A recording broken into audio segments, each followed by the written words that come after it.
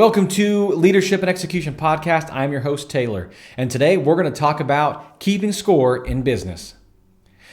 All right, so my sons are home from school. They're like, I guess we have a mandatory homeschooling program now with all the coronavirus coming out, and we're all in a quarantine, so I'm able to work from my office because no one else is here, right? I don't talk to anybody, which is nice, and I come right around the corner to my office. And my kids are at home, a lot of fun, love having them home, able to come home and eat lunch with them. My wife loves having them. But we got to keep everybody safe and keep everybody away. But it doesn't mean we can't learn about business and keep growing and continue. We got to help our businesses out there because that's who's affecting it the most. So the other day, I was stretching on the floor one morning, and my son comes in with a laptop and he goes, "Hey, Daddy, I want to show you something really cool." And he showed me that his teacher had created this this quiz, right? This game. And it was all about the coronavirus. It was like, how long do you wash your hands for? Who gets affected by the coronavirus? What are some of the symptoms? Blah, blah, blah, all that kind of stuff. And so you took this quiz, right? And he showed that there was a leaderboard and there was a scoreboard that you could see above the answers. And you could see where you were ranking and what place you were. At the very end, it showed you what rank you were. And you could take the test and different quizzes and all that kind of stuff over and over and over again. And so he was like, "Hey, Daddy, help me get to number 1. He goes, "I'm number 4 right now." So we took quizzes and we took tests, and he was so excited. He was trying to get the top spot.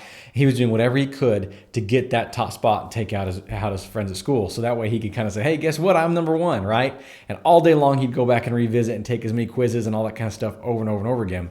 And he was so excited. It kept him engaged, and he was really, really excited about doing it.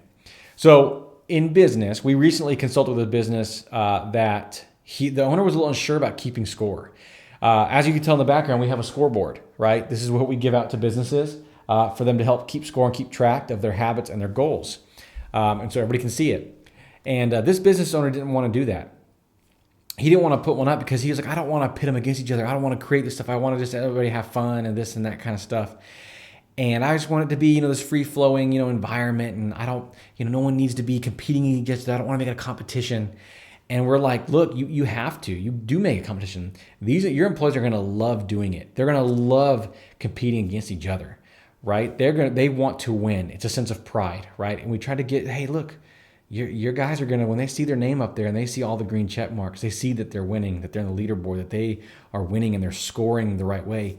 They're gonna be excited, right? And you can showcase them. Other people are gonna want to be competitive and want to win as well. You want your team to win. You want them to be excited about winning, and that's what comes down to the scoreboards. So we're working with him a little more on his team to make sure they understand why it's important to be scoreboarding. But in your business, it is important. It's important to showcase people's wins. We give out these physical scoreboards. We also have our online tool that keeps a scoreboard and of your progress of your habits and behaviors, measures all your goals and all that kind of stuff. But we always make sure it's important to have a physical scoreboard in the office in a location where everybody can see it. That is super, super important because you want your team to win. You want them to be excited about it. You want to see their progress. They want to see it all the time. It's always constantly on their mind. It's not a negative thing. You don't go up to Sally and say, "Hey, Sally, you didn't get anything. What's your problem? You didn't accomplish anything this week. You loser. You're not going to amount to anything, or you got to try next week." You don't do that. You can see their progress, and that way it can help you as a leader be able to coach them up and help them become better. If you got someone else that's doing really well, and you say, "Hey, Bob, come up here. I want you to show it to everybody how have you been accomplishing your habits? Why are you winning? What are you doing that's helping you win?" The other reason why keeping score is good is because, let's just say as a sales team, you have a goal of making 10 cold calls a week. I think that particular goal, that particular habit is poor. And I don't know if I'll be able to get into it today. But let's just say basically it's 10 cold calls a week. And but your goal is to add on 100 customers by the end of the year. But let's just say you're not adding on customers, but everyone's hitting their 10 cold calls a week.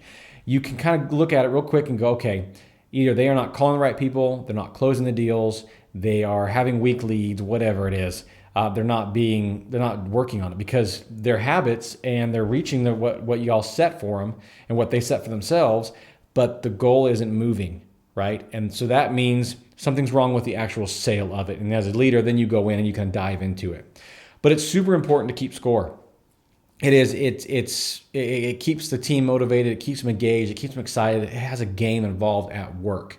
And it can go with any areas, your accounting department, your HR, management, sales team, IT, marketing, all that kind of stuff, right?